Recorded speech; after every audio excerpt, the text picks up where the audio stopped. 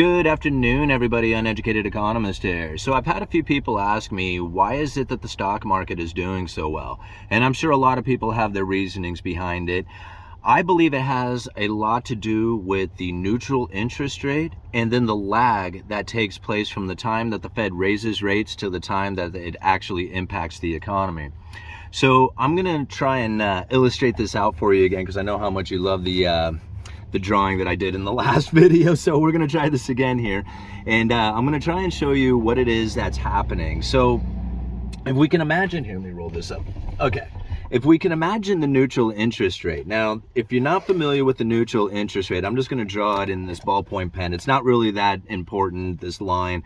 I just wanted to kind of give you something that is going to represent the neutral interest rate. Now, the neutral interest rate is when the Federal Reserve's Fed funds rate is neither restricting nor stimulating the economy. So if the Fed funds rate is above the neutral interest rate, it will be restrictive, right?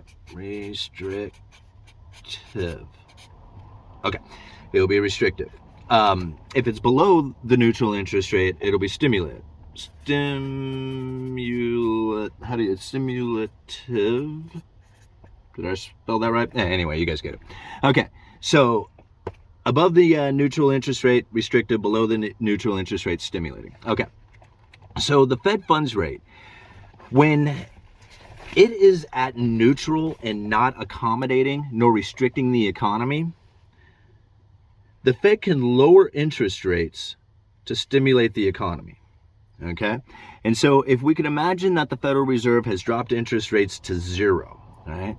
And if at the time that they started this interest rate dropping, right, the neutral interest rate was, I'm just going to make up a number, say it was 1.5%, right? Now, a lot of people said it was somewhere around 2%, 2.5%. Nobody knows exactly sure where this neutral interest rate is.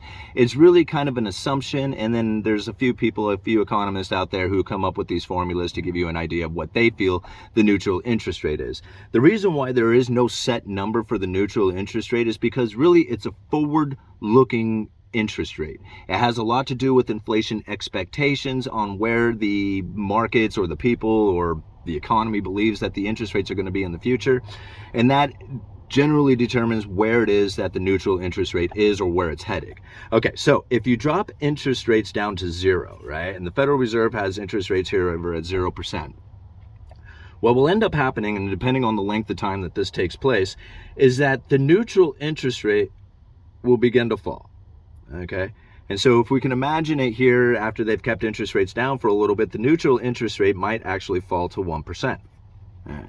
Now, when you think about this, right, how stimulative is the economy, how stimulated is the economy when the Federal Reserve went to drop interest rates, went to the lower bound of zero, and then the neutral interest rate started ticking down behind it? Right? It really does not give them that much room to stimulate. It's only just a small area in there that the actual dropping of interest rates stimulates the economy. Because you have to think, when interest rates come down, that inspires people to go out there and borrow money, right? They're like, oh man, I can go out there and buy a house or car, go on vacation, or do whatever with this money. And so when the interest rates fall, that usually gets people out there borrowing money to spend into the economy. But if the neutral interest rate is already low, it doesn't really stimulate the economy to get that much below the neutral interest rate, right? Because you can only really move just a 1.5%. So now, when we think about what happens when the Federal Reserve goes to raise rates, okay, because it happened quite quickly on this last go around, in which that the interest rates shot up right away. So it shot up above the neutral interest rate, right? They, over the course of, 6-7 months or so, they went from 0 to 3% or something like that. Okay, and I'm going to make up a lot of these numbers here just for the sake of argument and understanding what's going on.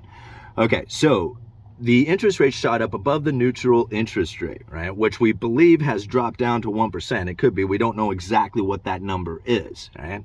And so this appears to be very restrictive, going from the neutral interest rate up to 3%. I mean, that's a long distance to be restricting the economy. right? And this is where a lot of people feel that was taking place, and that is the reason why we had, or we should be having, a market crash or a housing market crash or any of that stuff, is because of the situation here being so restrictive above the neutral interest rate. Okay, does that kind of make sense so far? I know it's kind of, a little confusing here, but ultimately we had a low neutral interest rate. Fed dropped interest rates down to 0, the Fed funds rate.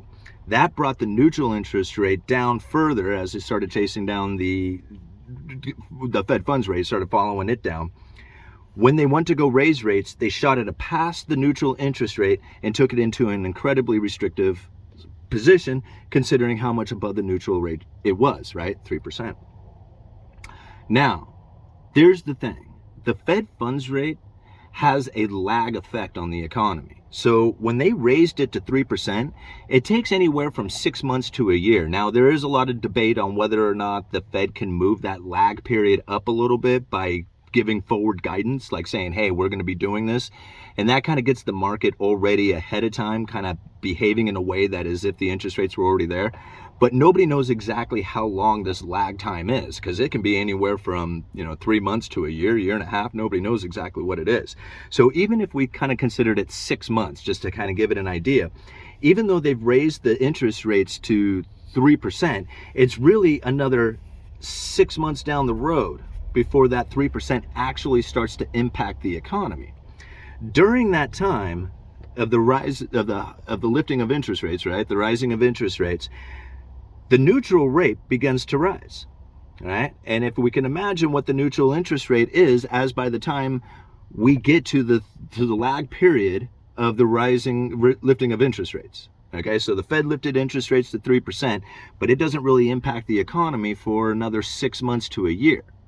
During that time, the neutral interest rate begins to rise.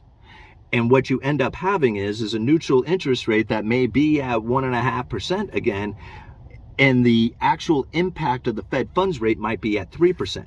Much different than what people are assuming would be from the 1% neutral interest rate to the 3%.